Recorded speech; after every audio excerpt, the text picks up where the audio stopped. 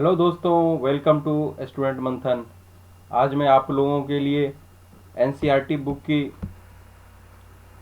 छठी class की 7वां chapter लेके आप लोग के बीच में आया हूँ, जो कि अपने जो महान सम्राट थे अशोक, उनके बारे में बहुत सारी चीज़ हम लोग आज डिस्कस करेंगे, जो कि बहुत ही इंटरेस्टिंग और बहुत ही मज़ेदार है।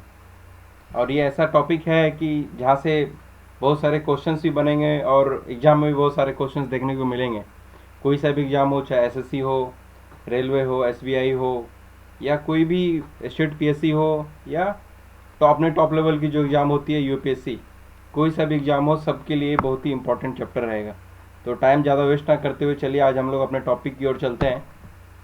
तो आज का जो चैप्टर है उसका नाम है अशोक, एक अनोखा सम्राट जिसने युद्ध का त्याग कर दिया था।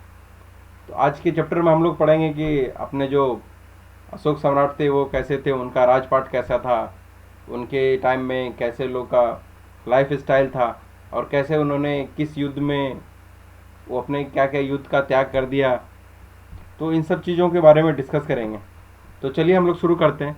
सबसे पहले एनसीईआरटी बुक में जो आपका इस चैप्टर में दिया गया है, एक रोशन नाम के एक बच्चे की थोड़ी सी छोटी कहानी बताई गई। ऐसा ऐसा दिया गया यहाँ पे कि रोशन को क्या है, दादाजी ने उनके जन्मदिन पे एक करक नोट देते हैं, ठीक है, जो रोशन अपने हाथों में दबा के रखते हैं। और रोशन को बहुत मन होता है कि उसे वो नया सीडी खरीदें। सीडी सीडी प्लेयर होता है ना, वो खरीदने का उसे बहुत मन था। तो लेकिन उसने क्या किया कि उसके कड़े कड़े नोट मिले। तो बचपन में तो पता ही है कि नोट मिलने से कैसे हम लोग को लालच आता है। उसे भी नोट मिला तो वो भी उसे छू कर महसूस करना चाह रही थी वो, ठीक है। तो फिर उसने क्या, नोट पे क्या देखा उसने कि जो नोट के राइट साइड में दाहिनी तरफ में क्या है, गांधी जी का एक स्माइलिंग फेस बना हुआ है, ठीक है। और लेफ्ट साइड में क्या है, छोटे छोटे छोटे जो शेर है ना, उसके चित्र बने हुए थे। तो रोशन के मन में एक क्वेश्चन आता है कि आखिर ये शेर क्यों बने हुए हैं।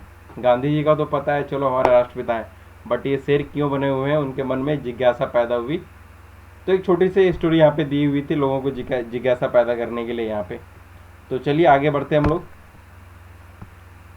तो देखिए, एक बहुत बड़ा साम्राज्य क्या कहलाता है। एक जो राज्य होता है, राज्य तो पता है, एक छोटा सा जो क्या बोलते हैं उसको, कम्युनिटी बोलेंगे, जो समुदाय के लोग बोलेंगे, जहाँ पे एक राजा होते हैं और वो सब पे राज अपना शासन चलाते हैं। तो साम्राज्य क्या होता है, साम्राज्य एक तरह से वहाँ पे कई जाति रहते हैं। साम्राज्य जहाँ पे, साम्राज्य भी एक राज्य है लेकिन वो बहुत बड़ा है, वहाँ पे बहुत अनेक तरह की जातियाँ रहती हैं, ठीक है। जो और ये क्षेत्र जो होता है, जो किसका क्षेत्र, जो साम्राज्य का क्षेत्र होता है, वह बहुत विशाल होता है, बहुत बड़ा होता है राज्य की अपेक्षा, ठीक है। तो और आगे आपको बताता हूँ इसमें मैं। देखिए, जिस हम जिस शेर को जिस मतलब अपने रुपये पे जो देखते हैं, रुपये और पैसे पे जो देखते हैं, इसका जो हिस्ट्री है ना, बहुत पुराना और बहुत ही लंबा है, ठीक है। ये जो शेर का, हम लोग जो शेर देखते हैं, इसका चित्र हम लोग पैसे पे देखते हैं। इस शेर को क्या है, पत्थर से काट कर बनाया गया है, ठीक है। पत्थर से काट के बनाया गया, फिर उसको कहाँ लाया गया है, फिर उसे सारनाथ में एक विशाल स्तंभ पर उनको फिक्स कर दिया गया, स्थापित कर दिया। सारनाथ कहाँ है, ये यूपी में है, बनारस के पास ये सारनाथ है। आज का जो बनारस है वहाँ के आसपास, वाराणसी के आसपास ये सारनाथ है, ठीक है। तो यहाँ पे बोला गया है कि इतिहास के महानतम राजाओं में जो एक राजा थे जिनका नाम अशोक था, उनके जो डायरेक्शन था, उनके डायरेक्शन पे ये जो स्तंभ है, सारनाथ का जो स्तंभ है, इस स्तंभ के जैसे बहुत सारे स्तंभ जो है बनाए गए। उन पे क्या है, पत्थरों पे अभिलेख उत्कृष्ट किए गए, मतलब अभिलेख लिखवाए गए। पत्थरों पे जो खुदाई करके लिखे जाते थे वो सब लिखवाए गए अशोक के द्वारा, ठीक है। तो हम लोग ने इससे पहले भी जाना था कि अभिलेख के बारे में पहले चैप्टर में हम लोग ने पढ़ा था शायद, ठीक है। तो शायद टोटल अशोक ने 33 मोर देन 30 अभिलेख लिखवाए थे, ठीक है। तो देखिए यहाँ पे दिया है, अशोक जिस साम्राज्य पर शासन करते थे, उस साम्राज्य उसकी स्थापना कौन किया था, उसकी स्थापना उनके दादाजी चंद्रगुप्त मौर्य ने किए थे। कब किए थे, लगभग आज से 2300 साल पहले किए थे। ठीक है। चाणक्य, जो कि उनका नाम कौटिल्य के नाम से भी वो जाने जाते थे, ठीक है, वो एक क्या थे, बहुत ही बुद्धिमान व्यक्ति थे, ठीक है। चंद्रगुप्त इनकी सहायता से ही राजा बने थे, ठीक है। जो दादाजी थे अशोक के दादाजी थे चंद्रगुप्त मौर्य, उसने चंद्रगुप्त मौर्य ने मौर्य साम्राज्य की स्थापना की थी। मौर्य साम्राज्य के महानतम शासकों में एक अपना अशोक भी थे, महान अशोक, ठीक है। तो यहाँ पे चाणक्य के बारे में बताया गया है कि चाणक्य के कई विचार हमें कहाँ मिलते हैं, अर्थशास्त्र नाम की एक किताब में मिलती है, ठीक है। तो क्वेश्चन ये बनेगा, अर्थशास्त्र के लिखने वाले कौन है, रचयिता कौन है, तो चाणक्य या कौटिल्य कहलाएंगे वो, ठीक है। इनका आंसर चाणक्य या कौटिल्य होगा, ठीक है। तो आपको मैं छोटी सी हिस्ट्री बता दूं कि ये जो इतिहास पढ़ रहे थे हम लोग, मगध वाले एरिया का इतिहास हम लोग पढ़ रहे हैं, ठीक है। इनमें क्या है कि ये मौर्य साम्राज्य आने से पहले हर्यक वंश एक आए थे, ठीक है। हर्यक वंश से पहले शिशुनाग वंश आए थे, फिर नंद वंश आए थे, ठीक है। इन 3 वंश के बाद चौथा एक वंश आया था जो मौर्य वंश कहलाया, मौर्य साम्राज्य कहलाया, ठीक है। तो चलिए आगे बढ़ते हैं। ये देखिए अपना सारनाथ में जो अशोक स्तंभ है, सारनाथ का स्तंभ या अशोक स्तंभ भी इन्हें बोलते हैं, ठीक है। ये शेर वाला स्तंभ है। एक्चुअली इनके ऊपर 4 शेर के मुंह लगे हुए हैं, 1 2 3 तो दिखाई दे रहे हैं, एक इस फ्रंट वाले शेर के जस्ट पीछे है, तो टोटल 4 शेर हैं, ठीक है, इस अशोक स्तंभ में जो सारनाथ में बना हुआ है, ठीक है। देखिए वंश किसे बोलते हैं, वंश मतलब क्या हो गया, इंग्लिश में उसे डायनेस्टी भी बोलते हैं, ठीक है। वंश किसे बोलेंगे, जब एक ही परिवार के कई सदस्य क्या है, एक के बाद एक राजा बनेंगे, ठीक है, तो उनको वंश बोलेंगे। मतलब एक पिता है, पिता के मरने के बाद बेटा राजा बनेगा, बेटा के मरने के बाद उसका बेटा बनेगा, इस तरह जो सीरीज में चलता है ना, उनको हम लोग डायनेस्टी या वंश बोलते हैं, ठीक है। तो मौर्य वंश के बारे में बताता है कि मौर्य वंश में सबसे इम्पोर्टेंट जो राजा हुए थे, सबसे इम्पोर्टेंट राजा 3 राजा हुए थे, ठीक है। पहला तो चंद्रगुप्त मौर्य, जिन्होंने मौर्य वंश की स्थापना की थी, ठीक है। फिर उसका बेटा आता है, फिर इनका बेटा आता है बिंदुसार, और बिंदुसार का पुत्र कौन कहलाता है, राजा अशोक, या इन्हें सम्राट अशोक भी बोलते हैं, ठीक है। देखिए साम्राज्य में बहुत सारे नगर थे, जैसा कि मैंने बताया था कि मतलब साम्राज्य में बहुत सारे जातियां रहती है, तो अलग अलग जाति रहेंगे तो अलग अलग एरिया में बसेंगे वो लोग, तो बहुत सारे एरिया जो बसेंगे तो वो नगर कहलाएंगे। तो नगर में साम्राज्य में क्या थे, बहुत सारे नगर थे, ठीक है। तो उनको हम लोग आगे के मैप में भी देखेंगे। तो इनके साम्राज्य की जो राजधानी थी, इनकी साम्राज्य मौर्य वंश की जो साम्राज्य की राजधानी पाटलिपुत्र, उज्जैन और तक्षशिला जैसे बहुत सारे इंपॉर्टेंट नगर थे जो कि इनकी राजधानियाँ थी, ठीक है। तक्षशिला क्या है, तक्षशिला जो है उत्तर पश्चिम और मध्य एशिया के आने जाने का रास्ता था, ये एक मार्ग था, ठीक है। दूसरी तरफ क्या है, उज्जैन जो है उत्तर भारत से दक्षिण भारत जाने वाले रास्ते में पड़ता था, ठीक है। तो मतलब उज्जैन उत्तर भारत और दक्षिण भारत को जोड़ रहा था। तो नगर में क्या हो रहा था उस समय, नगरों में शायद व्यापारी लोग रहते थे, सरकारी अधिकारी जो होते थे, जो राजा के अधिकारी होते थे, ऑफिसर होते थे, वो लोग रहते थे, शिल्पकार रहते थे जो कि पत्थरों पे खुदाई करते थे, वो लोग रहते थे, ठीक है। तो साम्राज्य के बड़े जो क्षेत्र थे उसमें कौन रहते थे, उनमें किसान और पशुपालक के गांव बसे हुए थे, ठीक है। मध्य भारत का जो मैक्सिमम एरिया जो है जंगलों से भरा पड़ा हुआ था, वहाँ पे लोग क्या करते थे, फल और फूल का संग्रह करते थे, स्टोर करते थे, ठीक है। और अभी भी जानवरों का शिकार करके जीविका चलाते थे, अपना जीवन यापन करते थे। तो साम्राज्य के अलग अलग हिस्सों में अलग अलग भिन्न भिन्न क्या है, भाषाएं भी बोली जाती थी, अलग अलग लोग रहेंगे तो अलग अलग भाषाएं बोली जाएगी, ठीक है। वो लोग शायद अलग अलग क्या करते थे, भोजन भी करते थे, और अलग तरह की वो लोग ड्रेसेस भी पहनते थे, पोशाक भी पहनते थे उस समय, ठीक है। ये देखिए, उसमें मौर्य वंश का जो है एरिया बताया गया, जहाँ जहाँ लाल लाल दिख रहे हैं ना ये पॉइंट्स, ये सब मौर्य वंश का एरिया है पूरा टोटल। और यहाँ पे बताया गया है कि यहाँ से जो लाल रंग का जितने भी पॉइंट्स दिख रहे हैं, इन सब जगह से क्या मिला है, यहाँ पे लाल बिंदुओं को दिखाया गया। यहाँ पे सारे इलाके इन साम्राज्य के भीतर आते थे, ठीक है।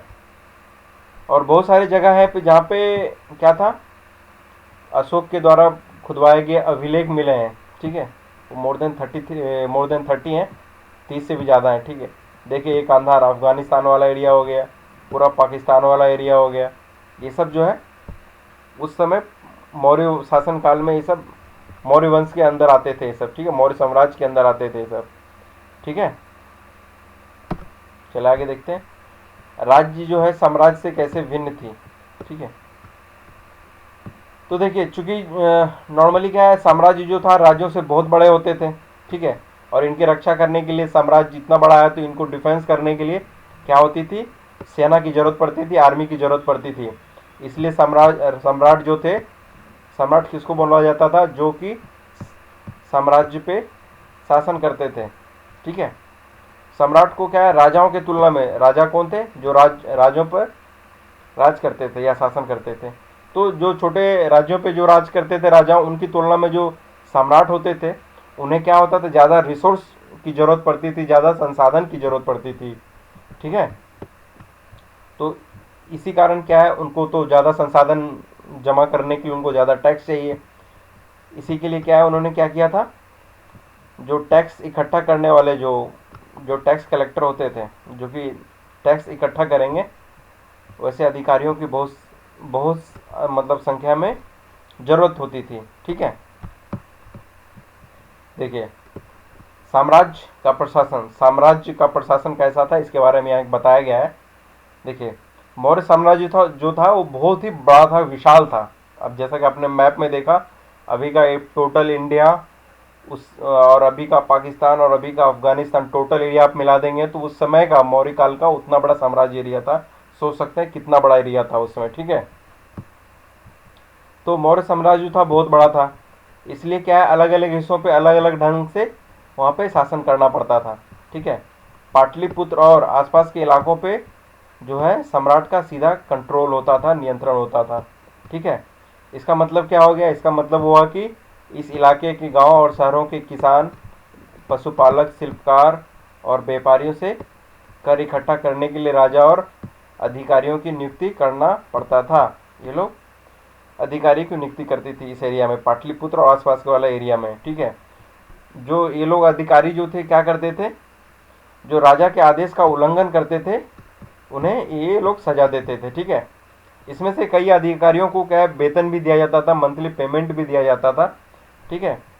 संदेशवाहक जो मैसेंजर होते थे, वो एक जगह से दूसरी जगह घूमते रहते थे और राजा के जासूस अधिकारियों के जो वर्किंग पे, कार्यकलाप पे वो लोग नज़र रखा करते थे, निगरानी रखा करते थे।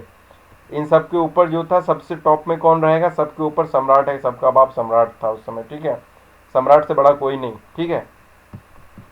जो सम्राट जो थे वो क्या थे, जो कि राज परिवार और वरिष्ठ मंत्रिमंडल की सहायता से सब पे कंट्रोल करता था। उन लोग के पास जो मिनिस्टर हुआ करते थे और राज परिवार के जो मेंबर होते थे, उन लोगों की सहायता से उन लोग पूरा कंट्रोल करते थे, ठीक है। राज साम्राज्य के भीतर जो है कई छोटे छोटे प्रांत थे। मौर्य साम्राज्य जो था उनके जो अंदर था बहुत छोटे छोटे राज्य थे, प्रांत थे, एरिया थे, ठीक है। इन पर क्या है, तक्षशिला या उज्जैन जैसी प्रांतीय राजधानियों से क्या किया जाता था, शासन करते थे। यहाँ से, कहाँ से, तक्षशिला और उज्जैन जैसी जो राजधानियाँ थी उनसे शासन किया जाता था उस राजधानी से, ठीक है। कुछ हद तक क्या है, पाटलिपुत्र से इन क्षेत्रों पर नियंत्रण रखा जाता था और अक्सर जो राजकुमार होते थे उनको वहाँ का गवर्नर बनाकर भेजा जाता था, राज्यपाल बना के भेजा जाता था, ठीक है। इन स्थानों पर क्या है, स्थानीय परंपराओं और नियमों को ही माना जाता था। उस समय क्या था, उस समय क्या, अभी भी जितने भी जगह है आज की डेट में भी देखेंगे तो क्या स्थानीय परंपराओं और नियम को मानते हैं, और उस समय भी स्थानीय परंपराओं और नियम को माना जाता था, ठीक है। देखिए, प्रादेशिक केंद्रों के बीच जो था बहुत बड़ा एरिया था। जो प्रादेशिक केंद्र किसे बोलेंगे, जहाँ से रूलिंग करते हैं, जहाँ से शासन करते हैं, ठीक है, उस जो सेंटर को प्रादेशिक केंद्र बोलेंगे, ठीक है। जो दो केंद्र होंगे उसके बीच में बहुत सारा एरिया होगा जो कि खाली पड़ा होगा। इस इलाकों में क्या, मौर्य शासक सिर्फ मार्ग और नदी, मतलब रास्ता और नदियों के लिए नियंत्रण रखने के लिए कोशिश करते थे, और उनके कोई काम का नहीं होता था। क्यों कि नदियों और मार्गों से, रास्तों से आवागमन महत्वपूर्ण था, ठीक है। और यहाँ से उन्हें जो भी संसाधन टैक्स और जो भेंट गिफ्ट के रूप में मिले या टैक्स के रूप में मिलते थे, वो इकट्ठा किया जाता था। जैसे उदाहरण के लिए मान सकते हैं, जो कि अर्थशास्त्र में एक उदाहरण लिखा हुआ है। अर्थशास्त्र किसने लिखा था? कौटिल्य ने लिखा था, चाणक्य ने लिखा था, ठीक है। तो अर्थशास्त्र में क्या लिखा हुआ है? अर्थशास्त्र में यह लिखा हुआ है कि उत्तर पश्चिम, जो उत्तर पश्चिम वाला एरिया है वहाँ से कंबल के लिए, और दक्षिण भारत जो है सोने और कीमती पत्थरों के लिए प्रसिद्ध था। और संभव है कि संसाधन नजराने के लिए रूप में इकट्ठा किए जाते थे। नजराने किसे बोलते हैं? जो नजराना, देखिए, जो टैक्स जो था वो तो रेगुलर बेसिस पे लिया जाता था कि भाई इतने दिन में आपको टैक्स देना है, फसल हो गए तैयार तो फसल के बाद आपको टैक्स देना है, टैक्स रूप में जो भी हो सकता था वो जो और दूसरी बात क्या था?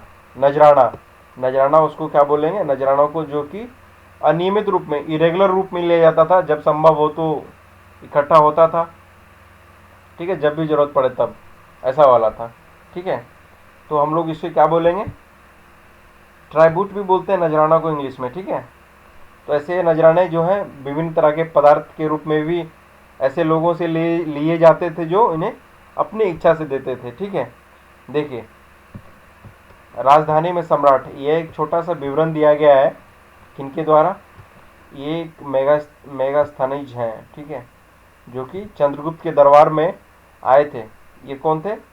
मेगास्थनीज चंद्रगुप्त दरबार में आए थे, लेकिन ये थे पश्चिम एशिया के यूनानी राजा सेल्यूकस निकेटर का ये राजदूत थे, ठीक है, एम्बेसडर थे ये, ठीक है। इनको राजा ने भेजा था, ठीक है। तो मेगास्थनीज जो थे वो आए थे, तो अशोक सम्राट जो थे उनकी राजधानी में उन्होंने कुछ देखा और उनका कुछ डिस्क्रिप्शन दिया उनका, ठीक है। जो उन्होंने डिस्क्रिप्शन दिया उसका एक छोटा सा पार्ट यहाँ पे दिया गया है, यहाँ पे डिस्क्राइब किया गया है। तो यहाँ पे मेगास्थनीज द्वारा बताया जाता है कि सम्राट का जो जनता के सामने जो आने जाने का जो ओकेजन होता था, जो अवसर होता था, उनको शोभा यात्रा के रूप में लोग जश्न के रूप में मनाते थे, ठीक है। शोभा यात्रा या जश्न के रूप में मनाते थे, ठीक है। और उन्हें एक कैसे लेके जाया जाता था? उनको एक सोने की एक पालकी होती थी, ठीक है।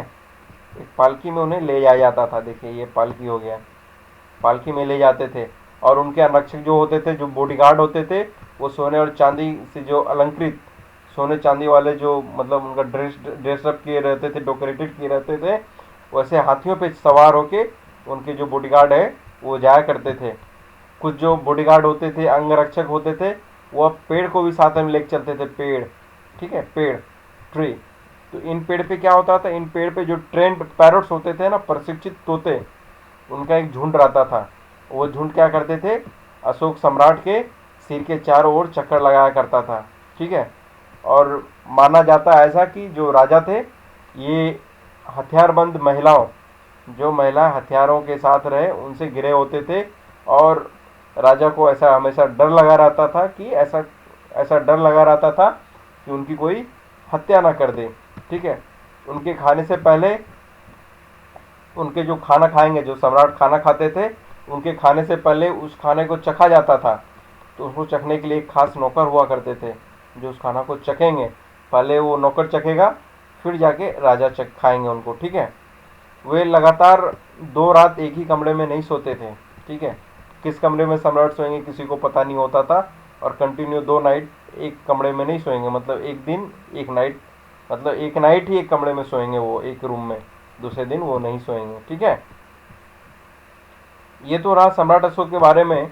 मेगास्थनीज ने कुछ चीज़ बताई, और यहाँ पे देखिए मेगास्थनीज ने एक पाटलिपुत्र के बारे में कुछ बताया है। तो मेगास्थनीज बोलते हैं कि पाटलिपुत्र जो है एक विशाल और खूबसूरत नगर है। यहाँ यहाँ एक यह जो पाटलिपुत्र है विशाल प्राचीर मतलब एक किला से बड़ी बड़ी दीवारों से घिरा हुआ है। ठीक है, ये देखिए। और इनमें क्या 570 मतलब 570 बुर्ज, बुर्ज को क्या बोलेंगे, बुर्ज बोले तो टावर।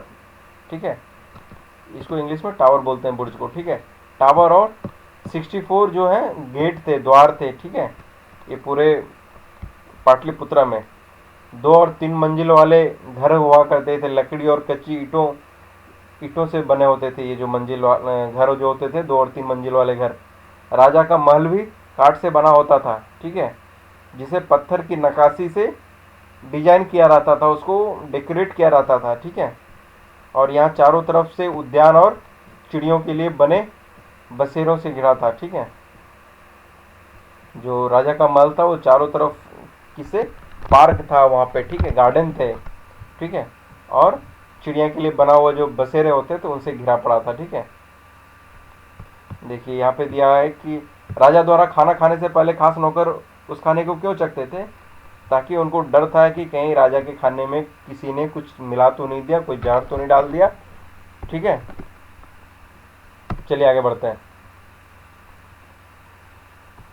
तो देखिए ये तो बीच में एक पार्ट आ गया था।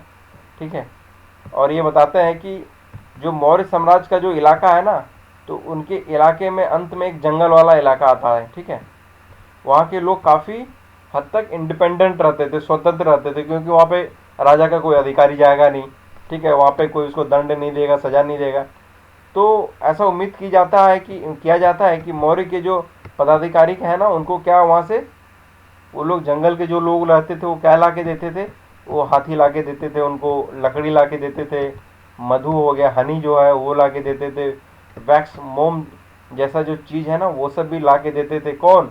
जंगल में जो वन में रहते थे वो एरिया वाले लोग राजा को देते थे, या मौर्य जो पदाधिकारी होते थे उनको देते थे। ठीक है, आगे पढ़ते हैं कि अशोक एक अनोखा सम्राट, एक टॉपिक दिया हुआ, अशोक एक अनोखा सम्राट। अशोक कैसे एक अनोखा सम्राट है उनके बारे में यहाँ दिया गया है। अशोक क्या मौर्य साम्राज्य में सबसे पावरफुल या फेमस शासक थे। ठीक है, प्रसिद्ध थे बहुत। ठीक है, वह ऐसे पहले शासक थे जिन्होंने अभिलेखों द्वारा अपने संदेश कहाँ तक पहुँचाए, जनता तक पहुँचाने के लिए उन्होंने कोशिश की। अशोक के जितने भी ज़्यादातर अभिलेख जो लिखे थे, जो पत्थर पे खुदाई किए होते थे, वो प्राकृत भाषा और ब्राह्मी लिपि में लिखी होती थी, क्योंकि उसमें प्राकृत भाषा ज़्यादातर जनता जानते थे या यूज करते थे, व्यवहार करते थे। ठीक है, देखिए एक अशोक स्तंभ है या अभिलेख मिला है। ये कहाँ मिला है? ये लगभग आपका उड़ीसा में एक धौली नाम का जगह है, जो कि शायद पुरी में है। ठीक है, भुवनेश्वर के आसपास में है धौली। ठीक है, वहाँ पे इनका एक अभिलेख मिला है।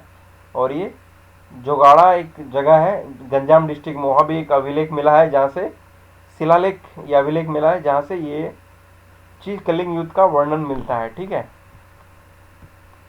तो इस अभिलेख में राजा ने क्या बताया है, लिखा है उसने कि राजा बनने के 8 साल बाद मैंने कलिंग पर विजय की।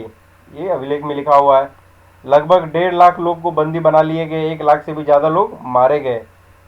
इससे मुझे अपार दुख हुआ है, क्योंकि जब किसी देश को जीता जाता है और तो लाखों लोग मारे जाते हैं और बहुत सारे बंदी बनाए जाते हैं, इसमें ब्राह्मण और शर्मन भी मारे जाते हैं।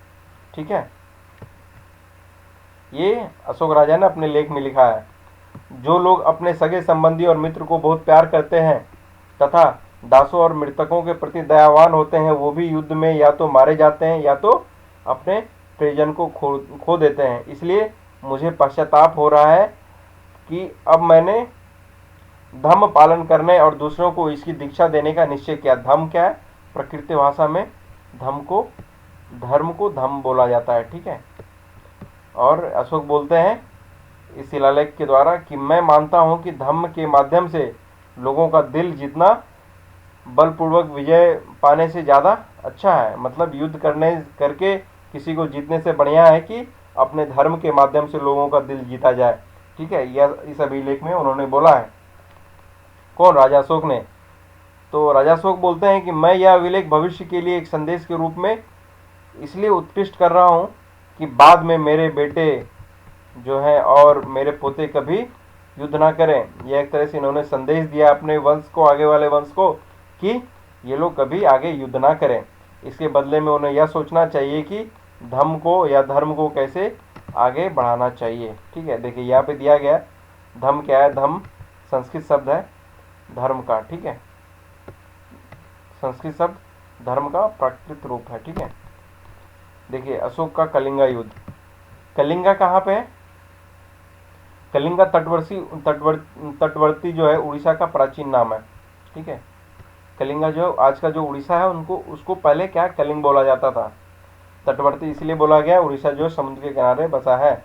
ठीक है, तो अशोक ने कलिंगा को जीतने के लिए एक युद्ध लड़ा था। ठीक है, लेकिन युद्ध जनित जो युद्ध में जो हिंसा और खून खराबों को देख के उन्होंने क्या किया, युद्ध से विषतृष्णा हो गई, उससे उनको घृणा हो गई। उन्होंने फिर उस समय इन्होंने इस कलिंगा युद्ध में निर्णय कर लिया कि वो भविष्य में फ्यूचर में कभी भी युद्ध नहीं लड़ेंगे।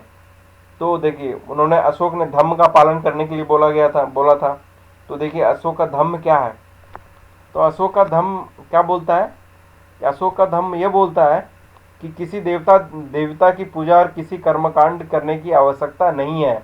ठीक है, उन्हें ऐसा लगता था कि जैसे पिता अपने बच्चों को अच्छे व्यवहार की शिक्षा देते हैं, वैसे ही यह उनका कर्तव्य है कि अपनी प्रजा को निर्देश दें, अच्छी शिक्षा दें, अच्छी ज्ञान दें। वे बुद्ध के उपदेशों से भी प्रेरित हुए थे।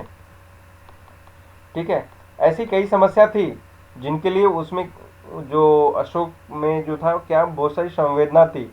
उनके साम्राज्य में अलग अलग धर्म को मानने वाले लोग थे और कई बार इन लोग के बीच लड़ाई का भी माहौल पैदा होता था। जानवरों की जो है उस समय बलि चढ़ाई जाती थी, दासों और नौकरों के साथ क्रूर व्यवहार किया जाता था।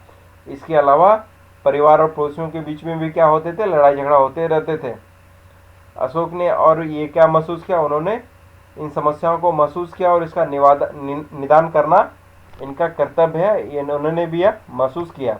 ठीक है, इसलिए उन्होंने धम्म जो है धम्म या महामत नाम के अधिकारियों की इन्होंने नियुक्ति की और जो जगह जगह जाके क्या करते थे, धर्म की या धम्म की शिक्षा देते थे। इसके अतिरिक्त क्या अशोक ने अपने संदेश में कई स्थान पे शिलालेख और जो स्तंभ है वो खुदवाए थे। ठीक है, अधिकारियों को उन्होंने क्या डायरेक्शन दिए थे, आदेश दिए कि वो राजा को संदेश को उन लोगों तक पढ़ के सुनाए जो खुद पढ़ लिख नहीं सकते थे। ठीक है, अशोक के धम्म के विचारों को प्रसारित करने के लिए जैसे सीरिया हो गया, सीरिया कंट्री, मिस्र हो गया, ग्रीस हो गया और श्रीलंका में भी उन्होंने क्या अपने दूत भेजे थे। और अशोक ने क्या बनवाई, कुएं बनवाए, विश्राम गृह बनवाए। ठीक है, सड़कें बनवाई इनके लिए। इसके अतिरिक्त उन्होंने क्या किया, मनुष्य और जानवरों की भी चिकित्सा की उन्होंने व्यवस्था करवाई। ठीक है, ये देखिए ये एक मूर्ति मिला है जो कि कहाँ से, बिहार के रामपुरवा, बिहार का एक रामपुरवा एक जगह है वहाँ से मिला है। यह क्या हाईली पॉलिश्ड, ये जो है हाईली पॉलिश्ड है और यह मौर्यकालीन स्तंभ है। ठीक है, स्तंभ का मौर्यकालीन जो मौर्य काल में बना हुआ एक स्तंभ का हिस्सा है। इसे अभी कहाँ पे रखा गया, इसे अभी राष्ट्रपति भवन में रखा गया है। ठीक है, यह उस समय की मूर्ति कला की एक नमूना है। ठीक है, देखिए अपनी प्रजा के लिए एक संदेश दिए हैं अपने कौन, राजा अशोक ने। ठीक है, तो इन्हें भी थोड़ा देख लें क्योंकि अब तो लास्ट ही हो गया, तो फटाफट देख लेते हैं उसको। ठीक है, तो उन्होंने अपने प्रजा के लिए क्या संदेश दिया, तो इन्होंने दिया है कि लोग जो अपने जो बहुत सारे ओकेजन होते हैं, विभिन्न अवसर जो होते हैं उस पर क्या करते हैं, अनुष्ठान करते हैं, कुछ पूजा पाठ करते हैं। ठीक है, जैसे कि जब वो बीमार पड़ते हैं तो भी वो अनुष्ठान करते हैं जब वो बच्चों का विवाह करते हैं तो भी अनुष्ठान करते हैं, बच्चों के जन्मदिन पे या जब कुछ यात्रा करना हो तब भी वो लोग तरह तरह के अनुष्ठान करते हैं। कौन करते हैं, जनता या पब्लिक करते हैं वैसा। ठीक है, उस समय के। तो उन्होंने उपदेश दिया कि लोग ऐसे ऐसे अनुष्ठान करते हैं। तो उन्होंने बोला कि ये सब जितने भी अनुष्ठान है ये किसी काम के नहीं है, कोई मतलब नहीं इनका। ठीक है, ऐसा मत करो। इसके बदलों में उन्होंने क्या बोला, इसके बदले लोग दूसरी रीतियों को माने तो वह ज़्यादा फलदायी होगा। ठीक है, ये किस तरह की रीतियाँ की बात कर रहे हैं, ये रीतियाँ उस तरह की रीति की बात कर रहे हैं जिसमें अपने इस रीतियों में क्या है, अपने दासों और नौकरों के साथ अच्छा व्यवहार करना वाला रीति हो, बड़ों का आदर करने वाला रीति हो, सभी जीवों पर दया करना, ब्राह्मण और श्रमणों को दान देना, ये सब जो रीतियां हैं, इन सब रीतियों को मानने के लिए अशोक ने अपने प्रजा को संदेश दिया। ठीक है, और इस संदेश में अपने धर्म की प्रशंसा करते हैं। ठीक है, और दूसरे धर्म की निंदा करना दोनों ही बात गलत है। इस संदेश में ये भी बताते हैं अशोक कि अपने धर्म की प्रशंसा और दूसरे धर्म की निंदा करना दोनों गलत है। हर किसी को दूसरे धर्म का आदर करना चाहिए। यदि कोई अपने धर्म की बड़ाई और दूसरे धर्म की बुराई करता है तो वह वास्तव में क्या है, धर्म को ज़्यादा नुकसान पहुंचाता है। किसके धर्म को? अपने ही धर्म को नुकसान पहुंचाता है। इसलिए हर किसी को दूसरे का धर्म के प्रमुख जो है बिलीव्स को, विश्वास को समझने की कोशिश करते हुए उसका क्या करना चाहिए, हमेशा आदर करना चाहिए। ऐसा अशोक अपने संदेश में कहते हैं। ठीक है, जो कि उन्होंने प्रजा के लिए दिया था उन्होंने। ठीक है, तो भारत के प्रथम जो प्रधानमंत्री थे अपने श्री पंडित जवाहरलाल नेहरू जी ने लिखा है कि अशोक के बारे में उन्होंने लिखा है कि उनके धर्मादेश आज भी हमसे एक ऐसी भाषा में बात करती है, ठीक है, जिन्हें हम समझ सकते हैं और जिनसे हम बहुत कुछ सीख सकते हैं। ऐसा अपने पंडित जवाहरलाल नेहरू ने कहा अशोक के जो भाषाएं हैं उनका संदेश के बारे में। ठीक है, अशोक ने धर्म के विचारों को दूर दूर तक फैलाने के लिए उन बातों को बताया जो आपके अनुसार आज भी प्रासंगिक है। अशोक के संदेश के उन हिस्सों को बताओ जो आज भी प्रासंगिक है। ये तो कॉमन चीज़ें आज भी आप एनालाइज कर सकते हैं इन सब चीज़ों को देख के, या टैली करेंगे अशोक के जो संदेश है उससे, तो बहुत सारे चीज़ आपको लगेंगे नहीं, हाँ बिल्कुल ही सही है। देखिए यहाँ पे बहुत सारी लिपि दी गई है, बताई गई कि जो सबसे पहले जो लिपि आई थी, सबसे पुरानी जो लिपि थी, जो आर्य लोग मानते थे, जो प्राचीन लोग मानते थे, वो क्या है, आरंभिक लिपि जो है ब्राह्मी लिपि है। इन सब लिपि से ही सारी लिपि निकली है। ठीक है, इससे देवनागरी निकली है, बंगला निकली है, मलयालम निकला है, तमिल है, जितने भी हैं आधुनिक में जितने भी लिपियां हैं सब लगभग ब्राह्मी लिपि से ही उत्पन्न हुई है। ठीक है, देखिए हम लोग को कुछ तो समझ में नहीं आ रहा है, ये और समझ में आ रहा है, जो कि देवनागरी लिपि हिंदी जिसे हम लोग लिखते हैं उनमें और लिखा हुआ है। ठीक है, देखिए ये the great wall of China के बारे में बताया गया है। ठीक है, देखिए ये बताते हैं कि आज से 2400 साल पहले, ठीक है, आज से 2400 साल पहले, तो लगभग मौर्य साम्राज्य से थोड़ा सा पहले होगा। ठीक है, तो चीन में भी सम्राट होते होंगे उस एरिया वाले। ठीक है, क्योंकि हम लोग तो बस इंडिया में ही देख रहे हैं, बाहर में भी तो कोई सम्राट थे। तो 2400 साल पहले क्या है, चीन में सम्राटों ने इसका दीवार का निर्माण शुरू किया। क्यों ये लोग बनाने का उद्देश्य क्या था? इनका उद्देश्य था कि उत्तरी सीमा की जो पशुपालक लोगों से इनकी रक्षा करना है, अपने चाइना की, अपने देश की। ठीक है, अगले 2000 वर्ष तक इस दीवार का निर्माण कार्य चलता रहा। क्यों 2000 वर्ष तो बहुत होता है, क्यों ऐसा चलता रहा? क्योंकि जो साम्राज्य की जो बॉर्डर होती थी वो बदलते रहती थी। यह दीवार लगभग 6400 किलोमीटर लंबी है। कितनी लंबी है सोच सकते हैं, 6400 किलोमीटर, तथा ईंट और पत्थरों से बनी है। और इसका जो ऊपर वाला एरिया है ना, टॉप वाला एरिया, लगभग ये रोड जैसा चौड़ा है। ठीक है, इस दीवार को बनाने के लिए हजारों लोगों को काम करना पड़ा था। और इस दीवार में एक और खास बात है कि हर 100 या 200 मीटर की दूरी पर एक निगरानी के लिए, ऑब्जर्वेशन के लिए एक टावर बना गया है। ठीक है, वॉच टावर जिसे बोलते हैं। ठीक है, जहाँ से निगरानी किया जा सकता था। ठीक है, तो ये चैप्टर समाप्त हुआ। चले यहाँ पे कुछ क्वेश्चन आंसर है जिसे देख सकते हैं हम लोग। देखिए, मौर्य साम्राज्य के विभिन्न काम धंधों में लगे हुए लोगों की सूची बनाओ। तो आपको बताया है कि बहुत सारे लोग व्यापारी थे, शिल्पकार थे, सरकारी अधिकारी थे, ये सब तरह तरह के व्यवसाय थे, जंगल वाले भी थे, कृषक भी थे, पशुपालक भी थे, उन सब की आप सूची बना सकते हैं। देखिए जहाँ पर कुछ फिल इन द ब्लैंक्स है, जहाँ पर सम्राटों का सीधा शासन था वहाँ अधिकारी क्या वसूलते थे? टैक्स वसूलते थे, कर वसूलते थे। यहाँ पे भर सकते हैं आप फिल इन द ब्लैंक्स। राजकुमारों को अक्सर प्रांतों में किसके रूप में भेजा जाता था? राजदूत के रूप में भेजा जाता था उन्हें, एक शासक के रूप में वो लोग रहते थे। ठीक है, देखिए मौर्य शासक जो थे, आवागमन के लिए महत्वपूर्ण जो एरिया था उसमें मार्ग और जो नदी था उस पर लोग नियंत्रण रखने का प्रयास करते थे, इधर उधर जाने के लिए उन लोग को सहायता मिले। प्रदेश में रहने वाले लोग मौर्य अधिकारी को डैश दिया करते थे, जो टैक्स दिया करते थे, कर दिया करते थे। ठीक है, देखिए यहाँ पे बताता है कि सही है गलत है। देखिए उज्जैन पश्चिम की तरफ उत्तर पश्चिम की तरफ आवागमन के मार्ग थे, नहीं ये गलत है। उत्तर पश्चिम में तो तक्षशिला हुआ करते थे। ठीक है, देखिए आधुनिक पाकिस्तान और अफगानिस्तान के इलाके मौर्य साम्राज्य के अंदर थे, बिल्कुल सही है। चंद्रगुप्त के विचार अर्थशास्त्र में लिखे गए हैं, बिल्कुल सही है, अर्थशास्त्र जो कौटिल्य ने लिखा था। देखिए कलिंग बंगाल का प्राचीन नाम है, नहीं ये उड़ीसा का नाम है। अशोक के ज़्यादातर अभिलेख जो है ब्राह्मी लिपि में लिखे गए हैं, बिल्कुल ही सही है।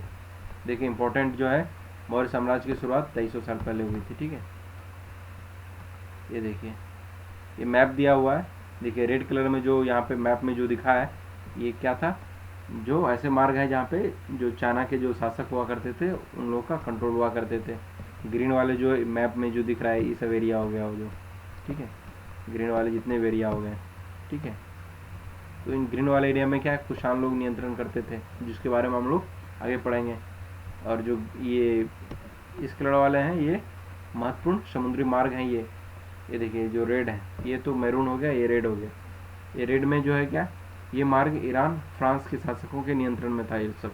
ठीक है, ये देखिए पर्पल कलर वाला जो एरिया हो गया, ये देखिए इन मार्गों पे क्या है, रोमन शासकों का नियंत्रण था। तो थैंक यू गाइस, आज का सेशन समाप्त होता है। तो होप सो कि आप लोग को ये सेशन अच्छा लगा होगा। तो अगर अच्छा लगा होगा तो आप प्लीज़ इसे लाइक करें, शेयर करें और सब्सक्राइब करें। तो मिलते हैं हम लोग नेक्स्ट सेशन में। ठीक है दोस्तों, तब तक के लिए धन्यवाद।